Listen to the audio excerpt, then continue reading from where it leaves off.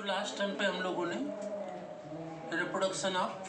Sexual reproduction of flowering plants में microsporogenesis पढ़ा था। माइक्रोस्पोरोजेनेसिस में लघु बीजाणु जनन में पराग कणों का निर्माण कैसे होता है, इसको हम लोगों ने डिस्कस किया था कि पराग कण कैसे बनते, पॉलन ग्रेन कैसे बनते, ठीक है ना। अब इसी के बाद तो कल मेल फ्लावर का डेवलपमेंट, नर पुष्प का निर्माण पड़ा था। आज उसी के आगे फीमेल फ्लावर में जो ओव्यूल्स का डेवलपमेंट होता है वो कैसे होता है वो पढ़ते हैं, ठीक है ना।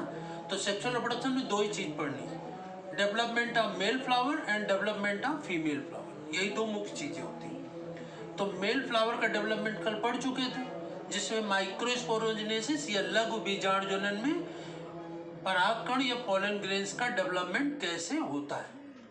अब उसी के आगे आज हम लोग पढ़ते हैं मेगा स्पोरोजेनेसिस या गुरु बीजाणु जनन। इसमें ओव्यूल्स या बीजांड का निर्माण कैसे होता है, ठीक है। तो इसमें आज पढ़ते हैं मेगा स्पोरोजेनेसिस।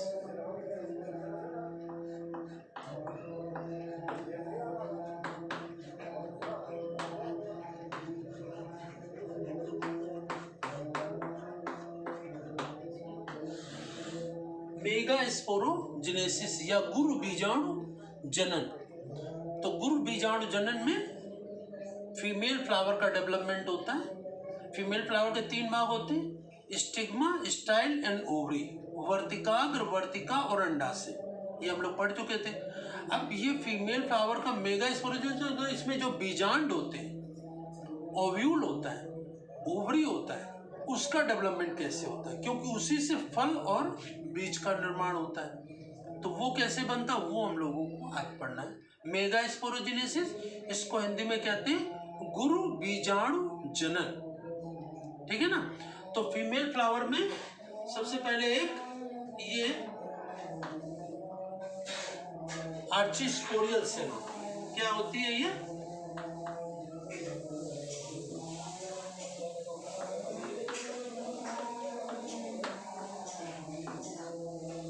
आर्चिस्पोरियल सेल होती है ना। आर्चिस्पोरियल सेल में ये एक अनप्रस्थ विभाजन होता है, ठीक है ना।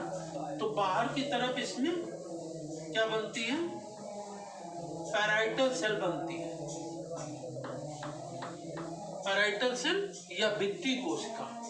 अंदर की तरफ बनती है ये स्पोरोजीनस सेल या बीजाणु कोशिका, दो बनती है। बाहर की तरफ पैराइटल सेल या भित्ति कोशिका, अंदर की तरफ स्पोरोजीनस सेल। जो पैराइटल सेल के तो उसके द्वारा भित्ति का चारों तरफ आवरण का निर्माण होता है, स्पोरोजीनस के द्वारा स्पोर्स का निर्माण होता है, ठीक है ना। अब इसके बाद इसमें आगे की तरफ स्पोरोजीनस सेल्स का ये डेवलपमेंट होता है और इसके चार भाग हो जाते हैं, स्पोरोजीनस सेल्स, पैराइटल सेल के नहीं, स्पोरोजीनस सेल, ये चार बन जाते हैं, ठीक है ना। और इसको हम कहते हैं लाइनर टेट्रेट। टेट्रा माने चार, लाइन से लगे होते हैं, तो लीनियर टेट्रेड होते हैं, चार बनते हैं। अब इन चार में तो क्या होती है, सबसे नीचे की एक फंक्शनल होती है, वो तो विकसित रहती है, ठीक है ना। ऊपर की जो तीन होती हैं ये तीनों डिसइंटीग्रेट हो जाती है,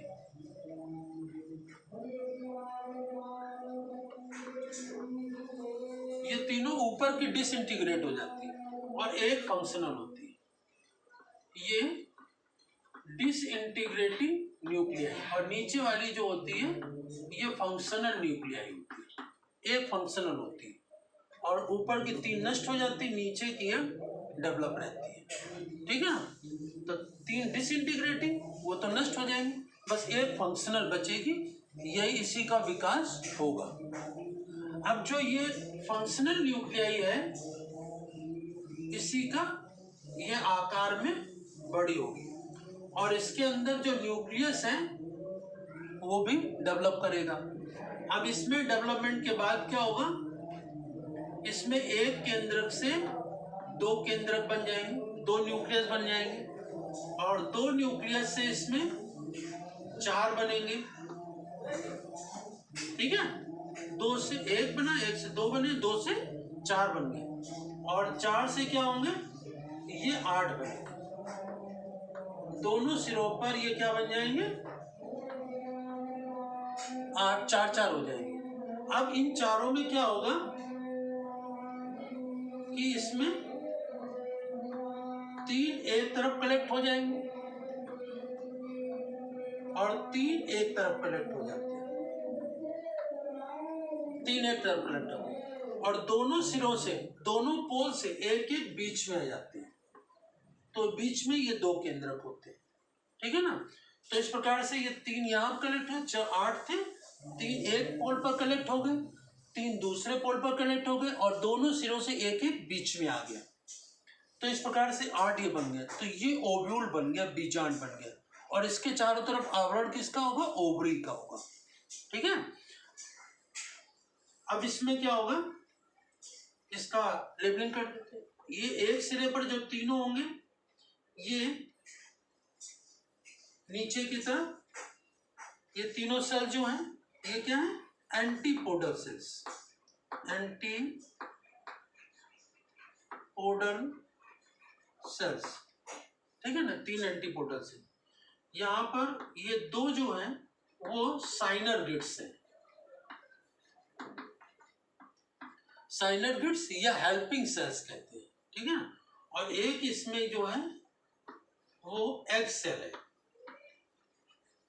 और ये दोनों ध्रुवों से एक एक आए, इसको हम सेकेंडरी न्यूक्लियाई या पोलर न्यूक्लियाई कहते हैं। ठीक है ना, इसको हम पोलर या सेकेंडरी सेल्स कहते हैं, पोलर या सेकेंडरी सेल्स इसको कहा जाता है। तो इस तरह की इसकी संरचना होती है। तो ये बीजांड या ओव्यूल डेवलप। अब ये जो होता है वो बीजांड की संरचना कैसी होती है, ये इस तरह से होती है। इसमें ये 2 आवरण होते हैं, 2 लेयर होती हैं। ये इसी के अंदर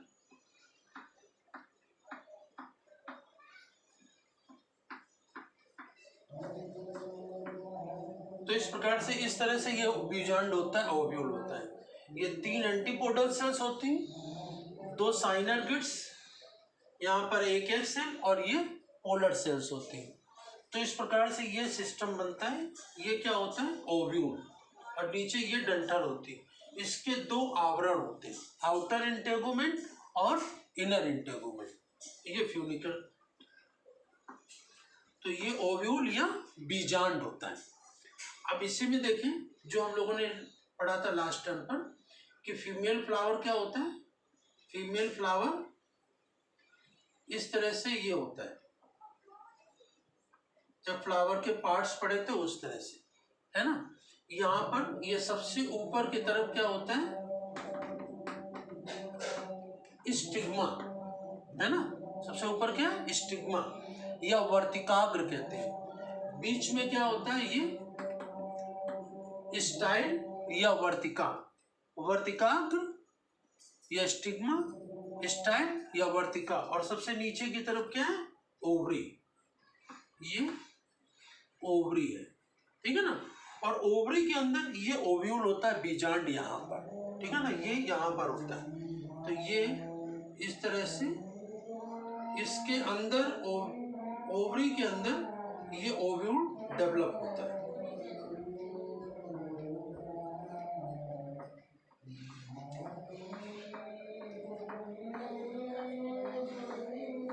ठीक है ना, ये ओव्यूल डेवलप।